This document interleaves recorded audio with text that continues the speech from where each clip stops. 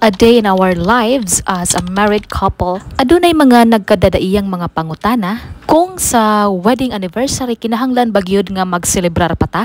While kitang mga tawo lahi man gyud ta, apan para kanamo ang pagselebrar sa wedding anniversary importante kaayo ni sa amoa. Apan mga higala ang kaminyoon importante usab kaayo na sa atoa. Mao nga bisan og simple lang kaayo nga greetings gikan sa atuang asawa or bana malipay gyud ta. Ang pagselebrar usab di man gyud ingon nga kinahanglan nga permi gyud nga bungga. Ang nindot nga greetings okay na. Welcome to Ian Centennial Hotel. Thank you so much kay naadyo siya kape mo gid pinakauna nga akong tan-awon. So say favorite color nimo daw. Then I heater so makapangapi gid ani mo gid pinaka-importante. Tubig daw. Bagay na di. Wow, telephone. Nawag ta smoke ka. Napay Holy Bible. Napay Bible ko.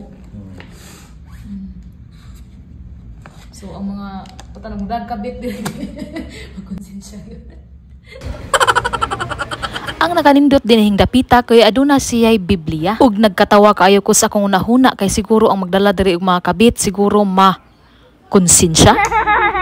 So, mao to mga higala, nalipay lang usab kami ni ining panahona tungod kay nakahigayon kami o naa kami gamay nga blessings moong nakapunta kami dinhing dapita. 2 months kapin pa dayto mga higala, mao to nga nagbook na dayon ko in advance para in town maka-avail ta sa promo ba. Kay basta advance ka nga magbook og hotel, maka-save gid ka. So, kining hotela barato ra day ni mga higala ang amo ang pagkabayara. Maski usa lang gud ka gabi ug usa ka adlaw fights na. Kay last year na mo nga anniversary anaa ra gid town mi sa panimalay mga amiga. Kay ang kinabuhi na to usahay dili man gyud ta kanunay nga abunda. Apan basta magpasalamat lang gyud ta sa Ginoo, tagaan ra gyud ta sa kanunay sa atong mga gikinahanglanon sa matag adlaw mga amiga. Ug nakauyon kaayo ko dinhi nga hotela tungod kay overlooking siya. Unya aduna pagud ni siya pool nga libre ra. Siguro sa part 2 na nga video nako ninyo mapakita ang pool dinhing dapita. Unya manglakaw usa mi mga higala. Mang grocery day mi gamay para sa among mga gikinahanglanon karong gabi una. Sa among mga pagkaon mga amiga nakauna-una mi nga mo-order na lang og food package. A day before pa lang aning adlaw, gahapon, yesterday,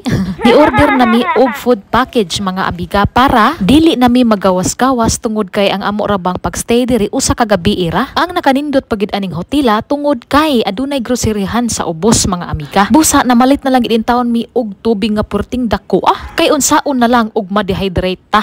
Pagkadakong problema tungod kay ang food package ni tawag ra ba alas 6 pa sa gabi ma-deliver daw nila. Unya basin og mapasmo ta ni anhin na lang gid mi sa shawarma. Palipas gutom lang usa mga higala kay unsaon na lang og mapasmo ta. Kay karon pa lang galing orasa wa na si rumrum gibikugan na. So mangaon lang usa ta mga higala no tungod kay ang food package unya pa daw maabot karong alas 6 sa gabi. Ang naka-disadvantage lang po dinhing hotela mga higala tungod kay gamay ra gid in town ang kan-anan nila. Mao nga ang best options nga imong mahuna-huna mao nga moorde na lang gid ka pagkaon daan. 2 months before pa lang daan mga amiga kaning among lakaw karon giplanado na. Mao nga kaluoy sa Ginoo ang among pag-stay diri kay smooth ra. Ilabi na og one night ra gid in town mi magstay dinhi unya dayon di pa gid nimo andamon ang imong mga gikinahanglanon. Masayang gyud ang mga oras ug ang panahon. Og pilay sugilanon ang kape ato dayong timplahon. Og basta si rumrum imuhang ubanon wa gid kay pagabuhaton. Kay kani si rumrum grabe ka boy scout mga igsoon. Busa sa pagtimpla ako na lang kunuhay ang mi offer nga ako na lang ang magtimpla og bisan ni ining